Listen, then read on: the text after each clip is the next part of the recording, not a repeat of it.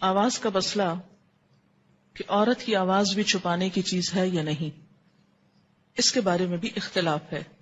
اس میں معرف القرآن سے مولانا مفتی شفیع صاحب نے جو لکھا ہے، کہتے ہیں عورت کی آواز کا مسئلہ،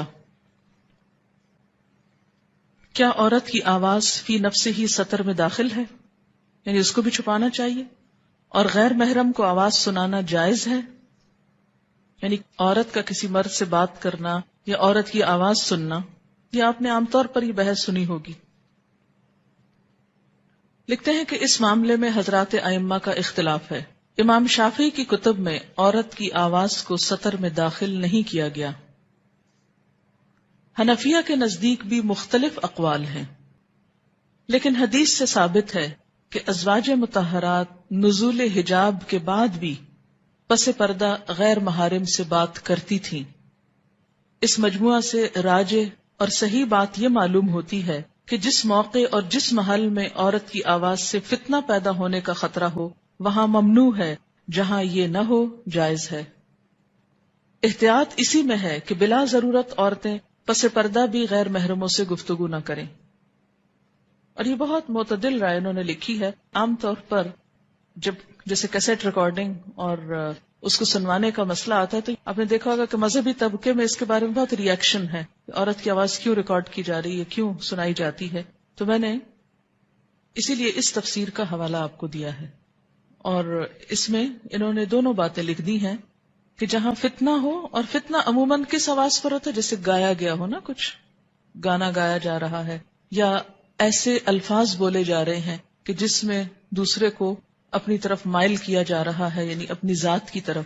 قرآن پاک میں سورۃ الاحزاب میں ازواج مطہرات کو جو تلقین کی گئی وہ یہ تھی، آیت نمبر ہے 32، سورۃ الاحزاب 22 سے پارہ شروع ہو رہا ہے۔ یا نساء النبی، اے نبی کی بیویوں، لستن، نہیں ہو تم، کاحد من النساء، کسی ایک کی طرح بھی عورتوں میں سے، یعنی تمہارا مقام عام عورتوں سے بہت بلند ہے۔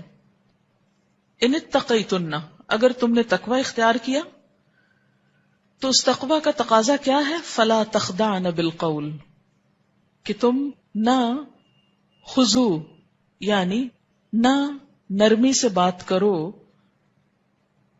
فیطمع الذی، یعنی جب کسی مرد سے تمہاری بات ہو رہی ہو تو ایسی دبی آواز میں بات نہ کرو کہ جس سے یہ نتیجہ نکلے، کیا؟ فیطمع الذی فی قلبہ مرض، کہ طمع رکھ بیٹھے وہ شخص جس کے دل میں کوئی بیماری ہے، یعنی جو نیت کا خراب شخص ہے یا دل کا خراب شخص ہے، وہ تم سے بات کر کے تم سے کوئی غلط توقع رکھ بیٹھے۔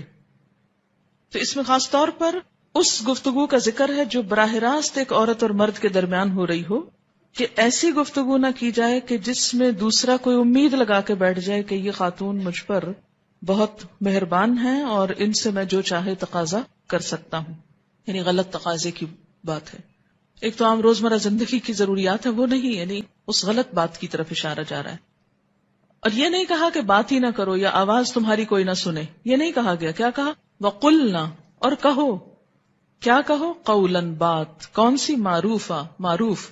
معروف کس کے لیے؟ امر بالمعروف کی جب آپ بات کرتے ہیں تو کیا مطلب ہے؟ جب آپ کہتے ہیں کہ امر بالمعروف اور نہی عن المنکر، تو معروف نیکی کو کہتے ہیں نا، جانی پہچانی چیز کو لفظی معنی ہے۔